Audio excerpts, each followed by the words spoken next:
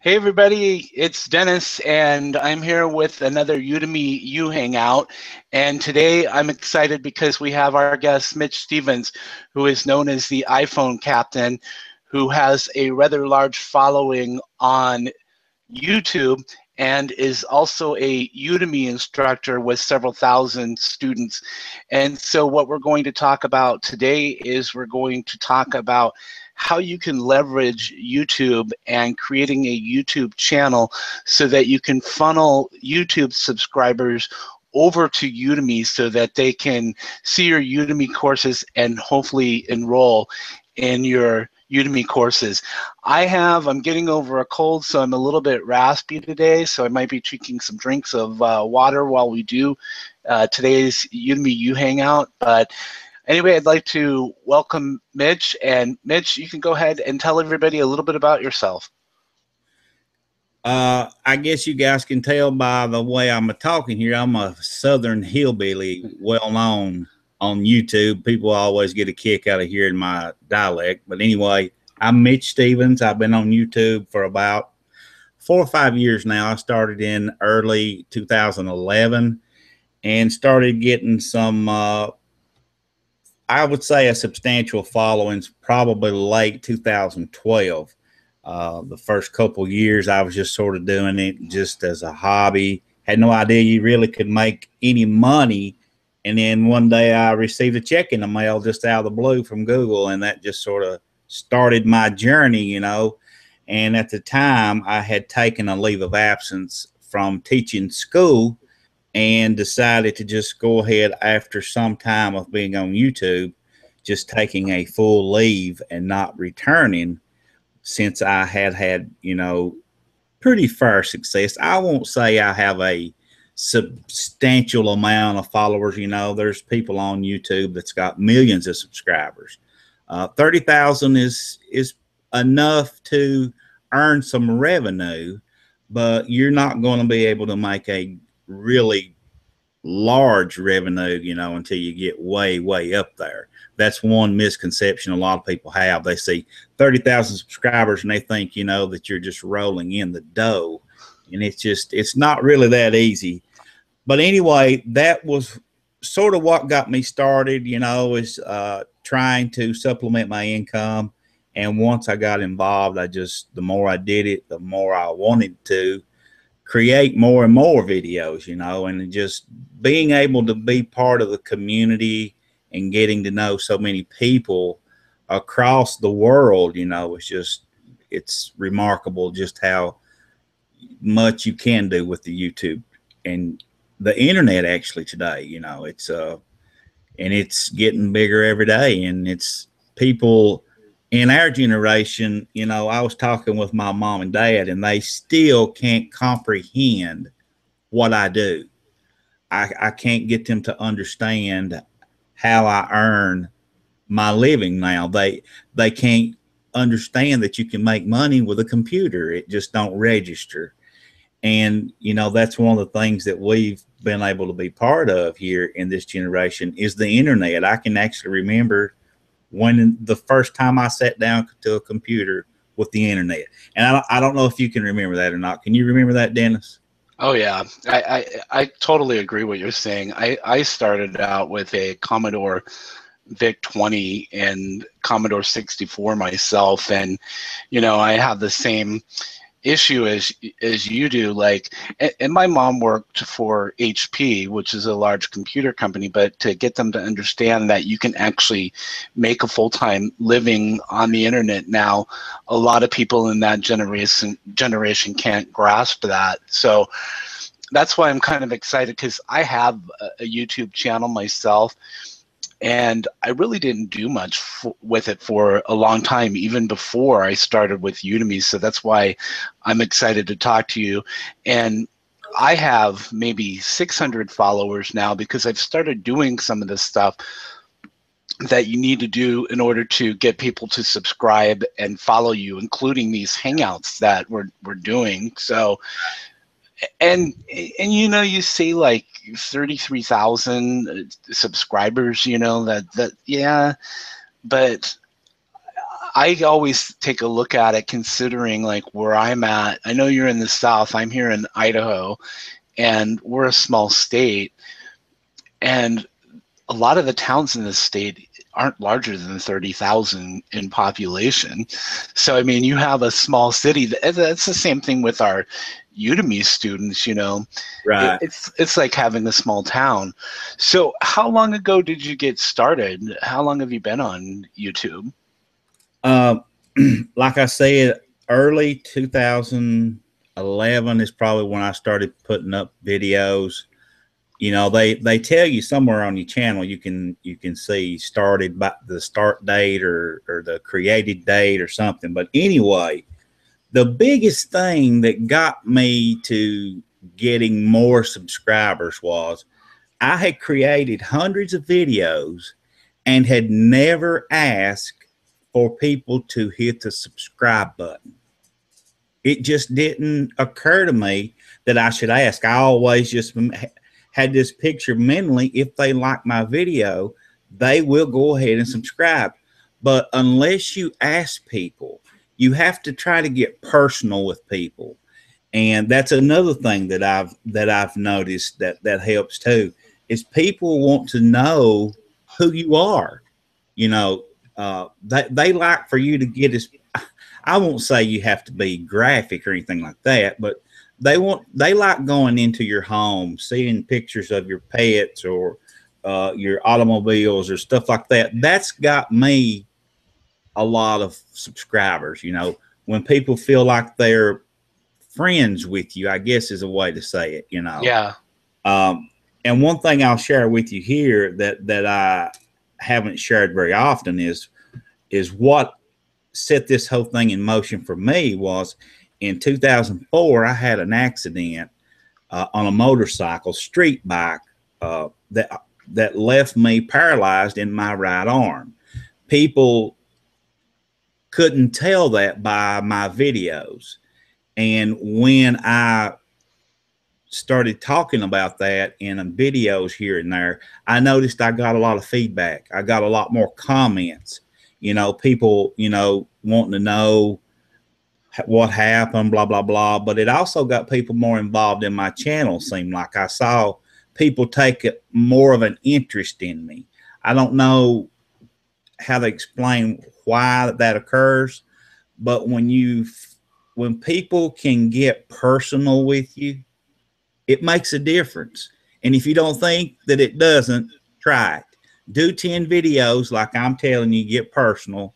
Show something in every video, you know, of your, I'm not saying make videos about your dog. You know, I'm saying like in the video, maybe show just a 5-second clip of your dog or your automobile, or do the video in front of your automobile or in front of your home. You know, they're always talking, people are always talking about what's behind you in the video. Like right here, people will be looking at that picture over there behind Dennis, wanting to know, what is that, a butterfly, Dennis? And what's in that corner back there behind your head? I can't really see that back there. I get a lot of that kind of stuff too, you know, so I try to always put things behind me that keeps people interested. Maybe, you know, while they're listening to me yak, they can look at that stuff back there. It just keeps the mind occupied, and it's just a way to keep your videos a little bit more enriched, I guess you could say. But Yeah. that's just a few of the small things you can do. But the biggest thing you can do to get subscribers that I learned early on that I can share with everyone is when you get ready to end your video, always say, please hit that subscribe button. Don't go through that list. You know, I get so frustrated when I hear people go through, subscribe to my Facebook, follow me on Twitter, do this on Google Plus, do this on Facebook. They got this list of 15 things they have to go through. One call action is enough, and that's what they refer to that as. You know, that I agree, and it's actually easy to put that button on your on your video, because that's something like, you know, you were saying that you had all of these videos and you hadn't done that yet. And I was the same way, where I hadn't done that yet. And when I did, it was a big difference that I started seeing the numbers increase.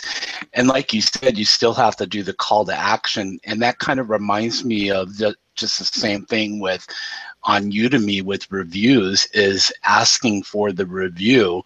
You know, these Absolutely. you don't have to be direct about it, you know, but you know, it's still something that you should consider.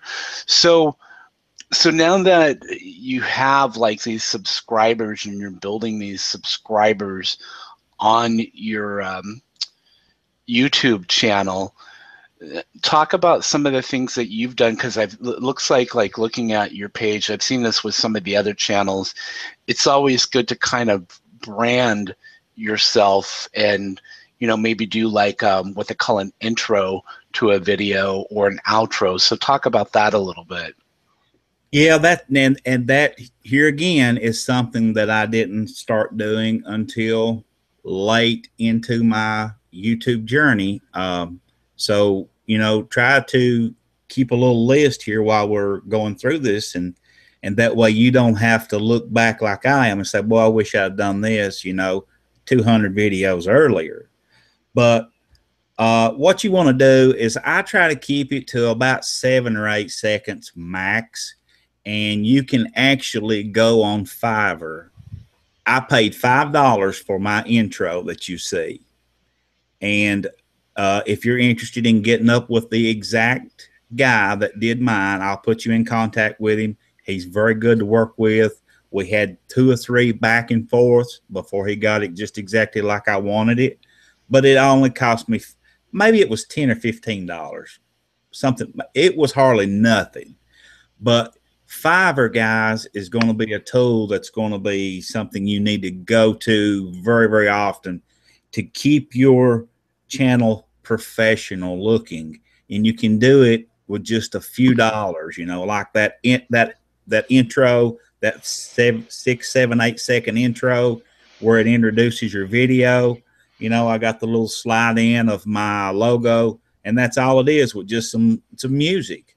And then same things, a lot of people do it on the end too, but I have done it on the end, but at the end I don't worry about it as much, as I'm always trying to. My one thing, and I may be jumping the gun a little bit here, Dennis, one of my secret weapons on YouTube that I use a lot, and I talk about this a lot in my course, is annotations. Now it's gone to cards, they refer to it. Those are the utmost greatest way to connect your videos together. And it also, on top of that, it improves your SEO so much. It's not even comparable to videos that don't have it, because I can go back and look at my stats and show you exactly the videos that have it without even having to know. I can pick them out because Google ranks them so much higher, and I don't know why. I don't know if anybody knows why. But Yeah. that new card technique they have, I have a whole video that shows you how to use it, when to use it, and all that. If you want to start using that, that will help you tremendously too. So the intro and those annotations and just being personal, those probably would be 3 of the most important things that I could. Now, we're not taking in consideration your titles and your tags too. So you got to throw that stuff in there. It just all works together like a puzzle. Every piece has its place, and it has to fit all together to make the entire picture look whole. And that's the one thing, you know, that people don't understand is I've had, I don't know how many friends come to me and say, teach me how to do this. Teach me how to make videos. And if you actually sat down with somebody, you could talk a week. You know? it would actually take a week to go through everything, every little bitty thing that you could possibly do. And what I tried to do is sit down, and over the course of about a month while I was making videos, I would write down things that I would be doing that I could talk about in my course. And I have gone back and highlighted those. And my course is up to around 5 or 6 hours now. And when it first started, it was like maybe just a little over 2. So it just keeps growing. See, as YouTube changes, I try to keep it fresh. Like this card thing came out not too long ago, 2 or 3 or 4 months. I had to update that. But you know, there's a lot goes on with keeping your YouTube channel fresh and keeping people interested. Can you explain like a little bit more about the cards, like what that actually is? It works. It took the place of annotations, and you can actually upload a logo. Like I've got my iPhone Captain logo. I could upload that right into the video of any of the videos I want to use it on. And then you set the time you want it to slide out and open up. And then there'll always be this little round circle. And I think it's in the top right-hand corner of the video. If you want to click on that during any time of the video, it'll open that up for you. But if you don't touch it, it'll open and close at whatever time the creator has set it to do that. And can it take somebody to a website or? Exactly. You can even go to external sites. You can go to another video. You can go to merchandise. If you had a t-shirt, yeah, like you got a t-shirt shop, you could link it up to just wherever you want them to go. So a Udemy instructor could actually have it go over, like it would say something like maybe click now to save $7 off my course or something like that. Absolutely. Wow. I've actually got 1 or maybe 2 videos that do that. Very thing you're talking about. That's pretty powerful. Then when they click on it, it'll take them over where they can actually purchase the course for whatever amount of money that I've advertised during that video. And I did use that when I did the card update. I think that's exactly one of the ways I used it for an example, matter of fact. So you have a video on YouTube that explains that, and then you have, I mean, I know that you have several courses of your own. Like when we first started talking, seemed like you only had a few courses, and now you have 18. So you've been busy. Yeah, see, and that's another thing too. My YouTube channel has suffered because of that, because the last 5 to 6 months, all I've been doing is, not all, but pretty much Udemy courses. Yeah. And I haven't had enough time to put into my YouTube channel, and I'm starting to see the numbers starting to drop off now. So I'm going to have to get it back up to get those numbers back going, because if you don't upload at least 2 or 3 videos a week, your ranking starts dropping, and Google or YouTube just don't position you in the search results like you normally would be. Yeah, and your focus, like on your channel, is it mostly with your iPhone Captain stuff? And see, that's another thing too. If I may have 2 or 3 videos relating to Udemy, because when I put those Udemy videos up there, they actually hammered me. They did not want to see that kind of content on that channel. So I had to sort of back off, and that's one of the reasons I don't put a lot of my content on that particular channel. But I was debating on whether or not to start a new channel just for that type of stuff. But I tell you a little trick I've learned. I can put it up there. I can still upload the Udemy content without sending it to my subscribers, so it doesn't fill up their subscriber box with content that they don't want. But yet when people search for Udemy content, I'll still be in the search rankings. Do you understand what I'm saying it's doing? Yeah, I think so. So that the people who follow you as iPhone Captain, that they don't have to see the Udemy content. There's something that Exactly. you can set. Okay. Yeah. You can, And you can create, like you were saying, you can create multiple channels. And that's one of the things that I've thought about myself, because I've got so many different things going on. You know, I was doing social media stuff, and I still kind of do that. And then I started with Udemy, and I do this Udemy marketing, the Hangout stuff. And then I also like to show like when I travel and stuff like that. And, you know, there's a few videos that I've had, like when friends and I used to go out at night, you know, and go out on the town, I would record some of that stuff. And then I thought, okay, maybe I need to make this stuff private now, just because there's more professional stuff coming in here. But you can separate that kind of stuff if you wanted well, to. but now you'll see that if you get you know, a pretty good number of subscribers, they'll let you know when they don't want to see something. They don't Yeah. make it a secret, because they nail me to the wall whenever I put that Udemy. It was sort of a promotional video for my Udemy courses. You know, when I first started creating them, I was all excited. I thought, well, I'll put this Mm-hmm.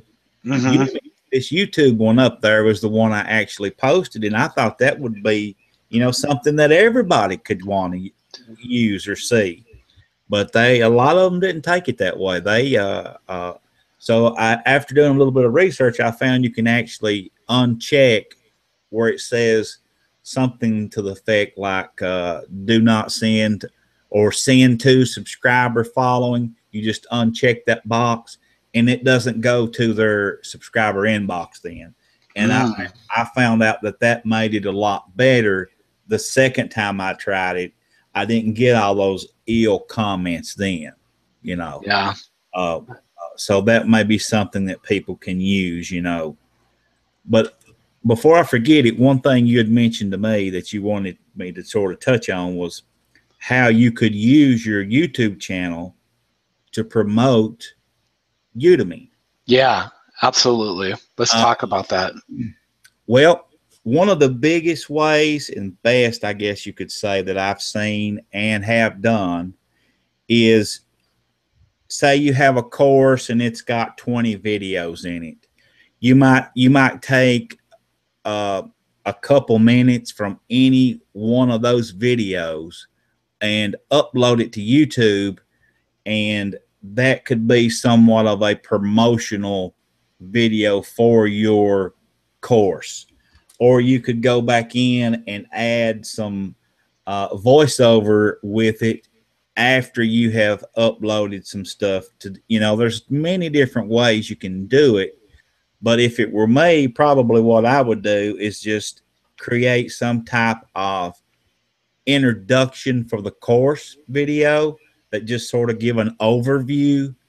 But I have seen people, you know, like later on, after that intro video had been posted, maybe pull the third or fourth video of that course and upload the entire video. You know, just not uploading the whole course, but uploading pieces of it. Maybe the same videos that you allow people to download on Udemy. You follow what I'm saying? Yeah, that's apps. Well, I lost my train of thought. That's actually what I do. Is what you're saying is that I take my course is getting uploaded to Udemy the way that I do it, and then downloaded and then uploaded to, or excuse me, it gets uploaded to YouTube, and then I download the MP4 file from YouTube and upload that to Udemy. But then I have parts of the course already on YouTube, and like you said, Yeah. some of them I keep private on there, and others I do public, and do what you said, little teasers and stuff like that. And I'm sure you're going to talk about, you know, optimizing the title and things that you want to do in the description to get people to go over to Udemy. So go ahead and talk about that. Yeah, that's probably the biggest part of YouTube is your title, tag, and description. And even they don't teach it still the keywords, but I still think you need 7 or 8 keywords, regardless of what Google's preaching. I've seen the difference. It does make a difference, guys. So keep those keywords. 7 or 8 is plenty. I've seen people that try to upload, you know, as many as they will let you allow, but that's not necessary. 7 or 8 keywords, and you know, the best ones you can come up with is sufficient. But your title, keep that keyword as early in the title as possible. What am I referring to as a keyword? The main subject of that video. Try to get that at the beginning and as early in the title as possible. Now, sometimes you can't put it at the very beginning, and that's understandable. But, you know, just keep it early in the title as possible. And another thing that I could offer a suggestion for, a lot of people I've seen make this mistake, is they just copy and paste their title into their description. Big no-no, guys. You need to write up as much as you can about that video in that description. And I personally think if you could even stand to almost write out the video verbatim, it's going to improve your SEO, because I've tried it and there was a substantial difference. You know, I have performed all these tests to see what works, what don't, what's best and what's not. And Google, I keep saying Google or YouTube, whatever you want to refer to it as, they are even starting to lean more now toward the videos that have the transcription on the screen, because, you know, not everybody can see, guys, and not everybody can hear. And you have to take that in consideration when you're uploading a video. Can a handicapped person watch and listen to your videos? Now that's gets pretty tricky, because if you can see, you can still read it on the screen, but you can't hear. But if you can hear and you can't see, so you got to, what they're trying to do is get everybody to where they can accommodate both sides, you know, and it's tricky for the SEO part. But if it were me, I would try to write out what I was saying and put it on the screen as much as possible. And what I mean by that is do every video that you can. If you don't have time, that's understandable. But I guarantee you, if you'll start putting that transcription on the screen, you'll start seeing your rankings climb more, and more, because that's going to be a big thing, I think, later on too. Are you talking about captioning?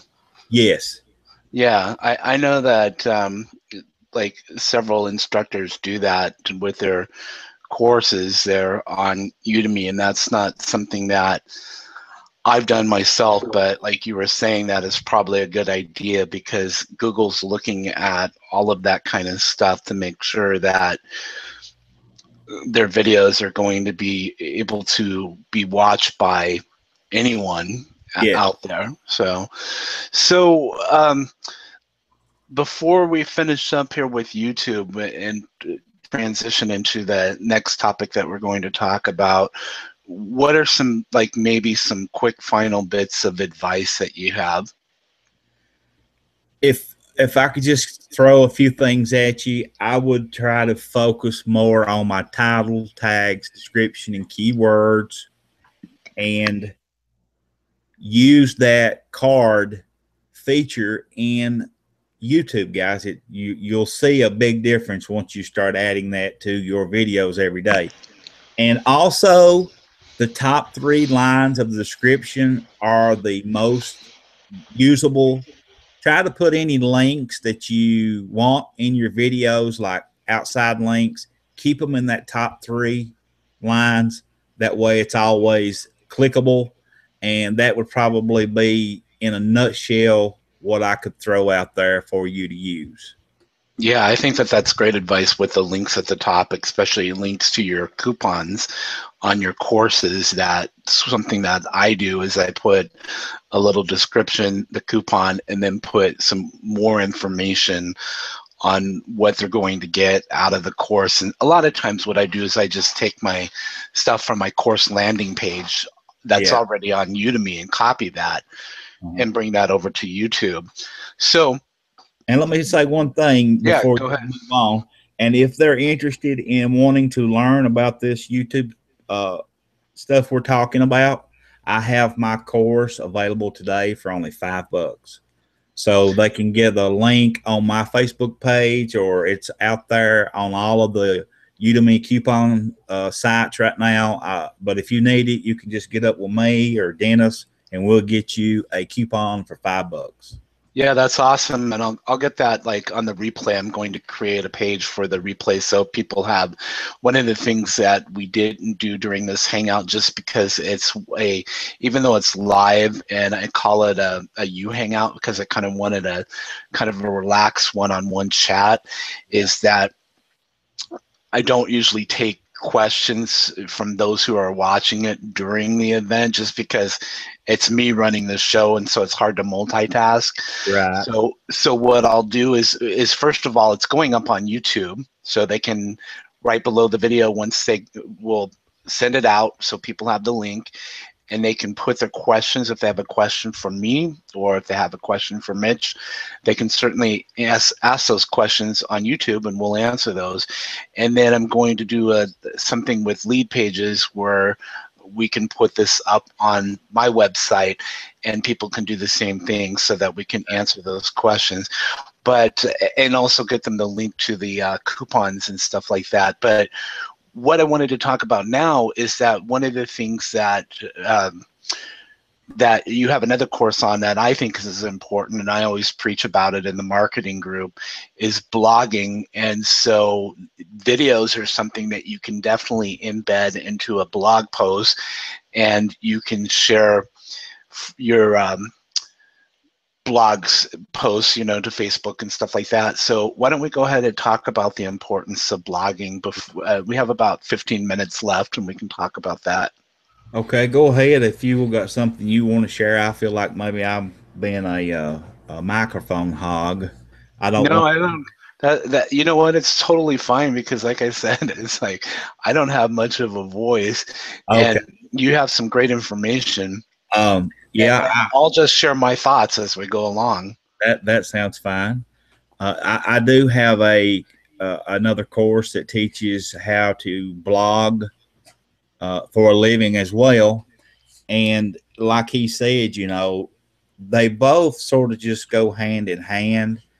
Um, you can post your videos on your blog, and then you can also talk about your blog and your videos. So it goes both ways. But yeah, blogging is a remarkable way to just, you know, you can just write about whatever you want to write about, and then you can share that across all of your social media.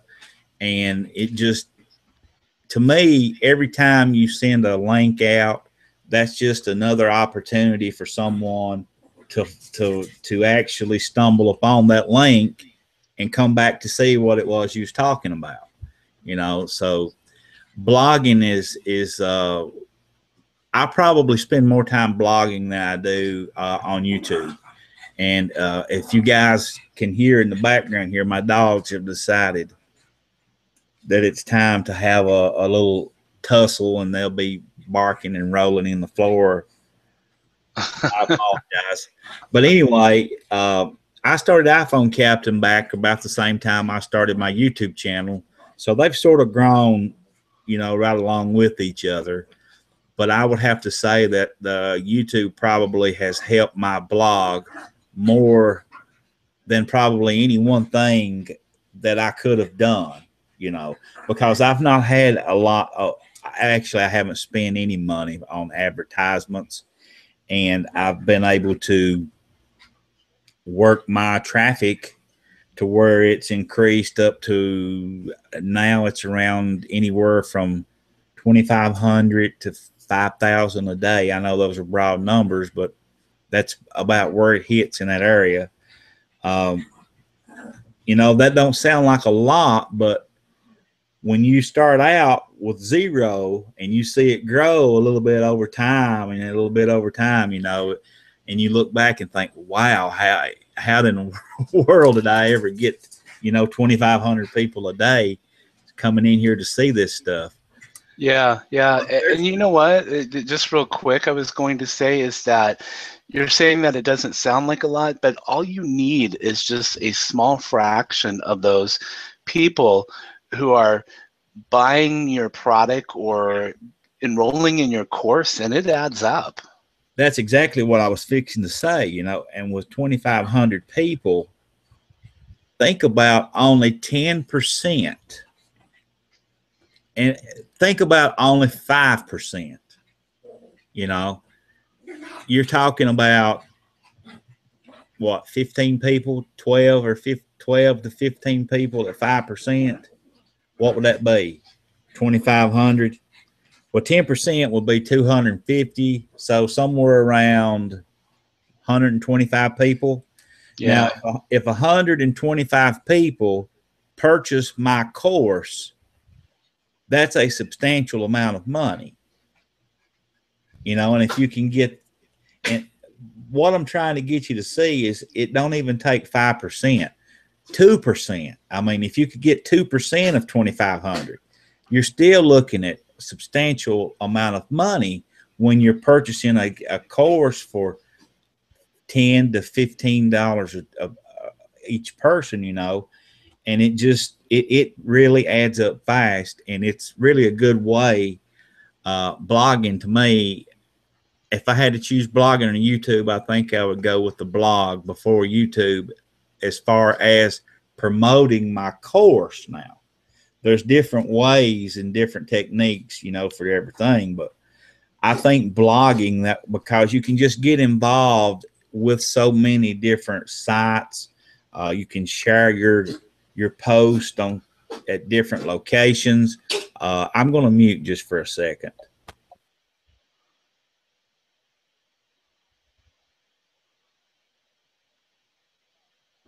The second I stopped talking, she just started looking at me. She's got a really bad cough, and I didn't know if it was overpowering me or not. But what kind of dog is that? One of them's a dash hound, and one of them is a Yorkie and Chihuahua mix. and they never quit fighting, just wrestling. Yeah. They just play all day long. I don't know how they get all that energy. But anyway, guys, with your blog, what you can do that I have enjoyed about it is I actually make posts about my course, and I write that up and share my links. If I'm giving a discount that day or whatever, I'll say something about that in the post, and then I'll share that post maybe on Dennis's Facebook group, and then maybe somebody there will share it on down the road. So it multiplies. See, you're sharing with that. When you share that post, it can just spread so fast. It's unbelievable. Yeah, it is. How many people it can touch in just a short period of time. Yeah, and the more influence that you have, the more people that have been following you, because people like to do business with those they know, like, and trust, that you see, like, you know, it always brings me a lot of joy when I see people sharing stuff, because you know the power, like how far that reaches out, you know. Yeah. So definitely.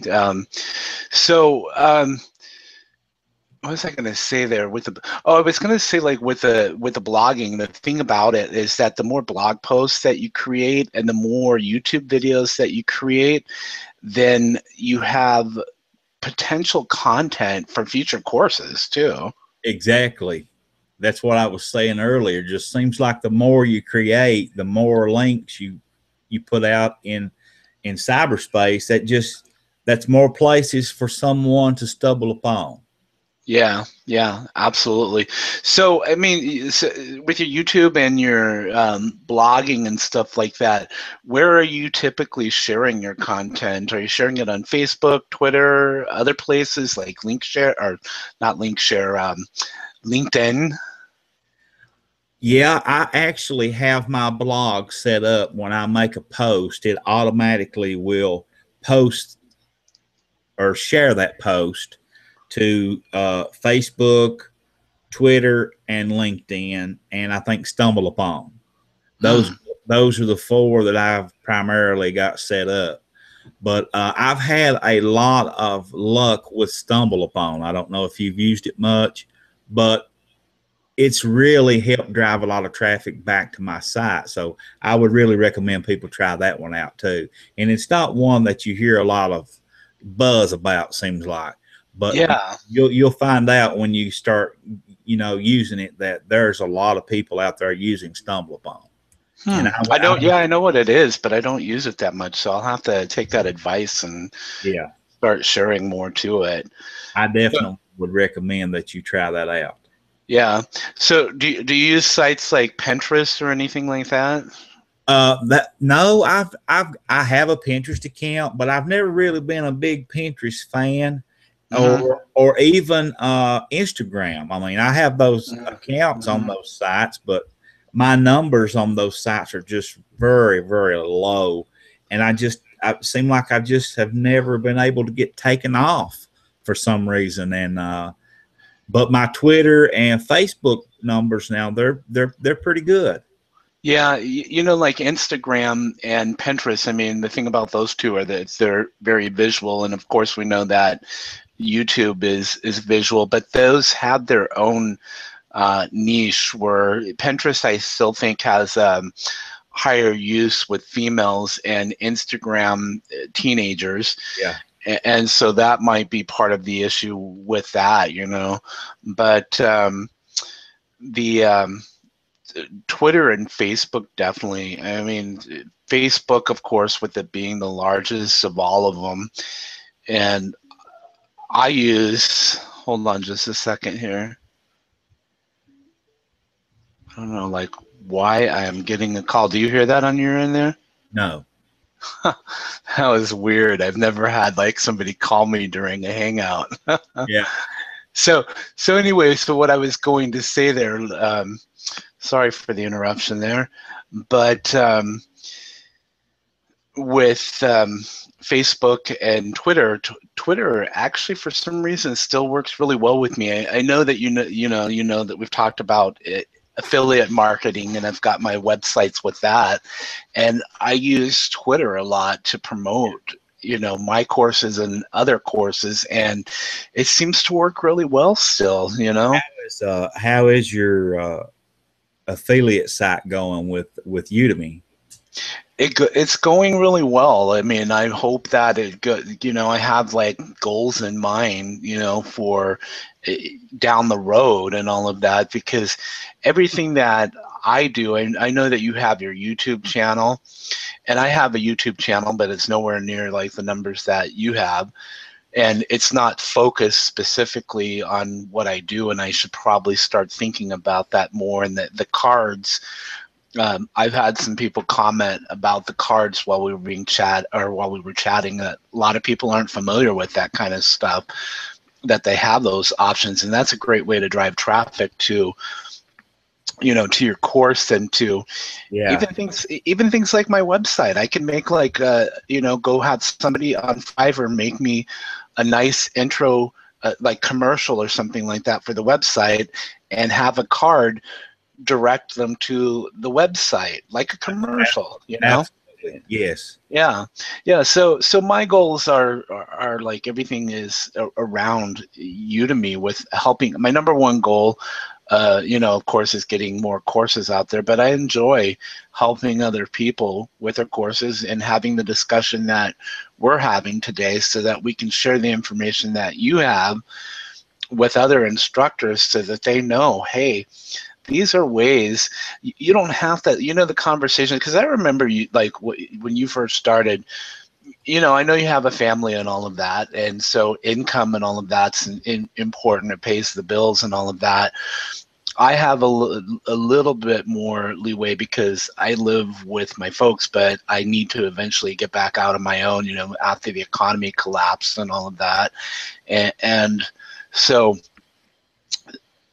I don't worry about numbers as much because I know that if I do all of these other things, that it's going to fall into place.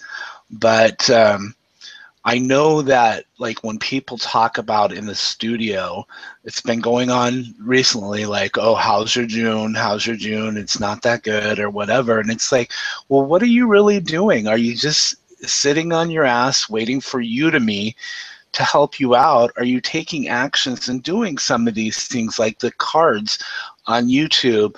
Are you driving traffic from YouTube to your Udemy courses? Are you doing stuff on Facebook? Are you building relationships with other instructors? What are you doing to market your course? And these are some of the things that we're talking about today are excellent ways to market your course, and they don't cost a lot of money.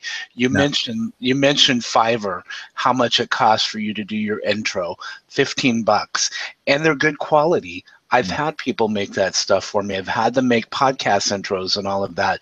So we know that it doesn't cost a lot to do some of that stuff out there. It's just that you have to take action and do that. You do. You have to. But not changing the subject, but the cards, I don't know how much detail they were wanting.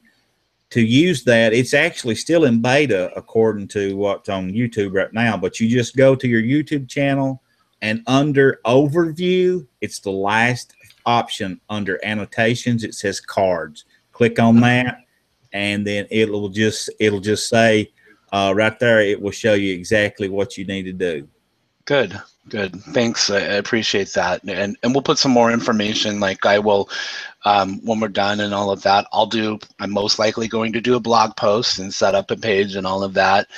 And then you, along with I will post this stuff in different areas of social media. So instructors who want to watch it again or who haven't watched it can certainly do that. But before we wrap up, you have some like just last minute advice that you'd like to give those who are watching and those who will be watching?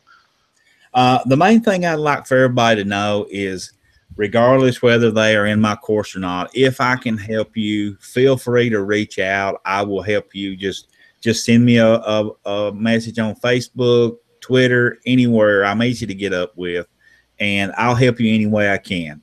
And if there's some reason you can't afford the course and you want to take it, send me a message. You know, I'll work with you. I'm not here to try to take advantage of anyone. Yeah, and that's one of the reasons why I have like my starter Udemy Marketing starter course out there for free, is because I want to give people some basic advice and the course marketing checklist. You've seen that, and you know, just to get people on that path to, you know, creating revenue. Right. You know, I started out with $14.80 back in July of last year, and tomorrow is July 1st, and so in a few weeks will be my 1-year anniversary on Udemy. Last month I did $1,200. It's not as much as like the Allen Hills and stuff like that, but it's certainly not something to sneeze at, because where I live, I've never had a $1,200 month yet.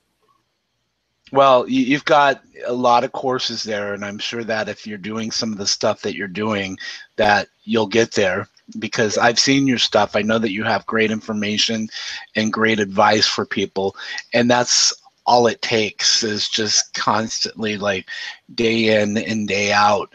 And this month is not like a $1,200 month, but it's still up there in my top 5. So but I appreciate the conversation today. So we'll go ahead and we'll wrap it up, and they can reach you on Udemy. They can search for your name. They can message you there. We'll put up information on how they can contact you. Your web address is there at the bottom. My web address is there at the bottom, and you can find me on Udemy too. And in the group there on Facebook, the Udemy Course Marketing and Hangouts, and Mitch is in there too. Before we go, I actually have a Facebook. You have a group too. Yeah. Yeah. See, I forget. I got all this stuff and So go ahead and let them know what that is. It's actually called Udemy. If they search Udemy, they'll find it. It's shucks. What is the name of it, Dennis? You keep changing the name. I know. I do. We'll post it. We'll post it in the show notes so they get that. Okay. Okay, that'll be fine. And I'll let you go ahead and post it in the group too, so that they can see that. Okay. Yeah, that'd be good. I appreciate that. All right. So we'll go ahead and wrap it up, everybody. Thanks for joining us today.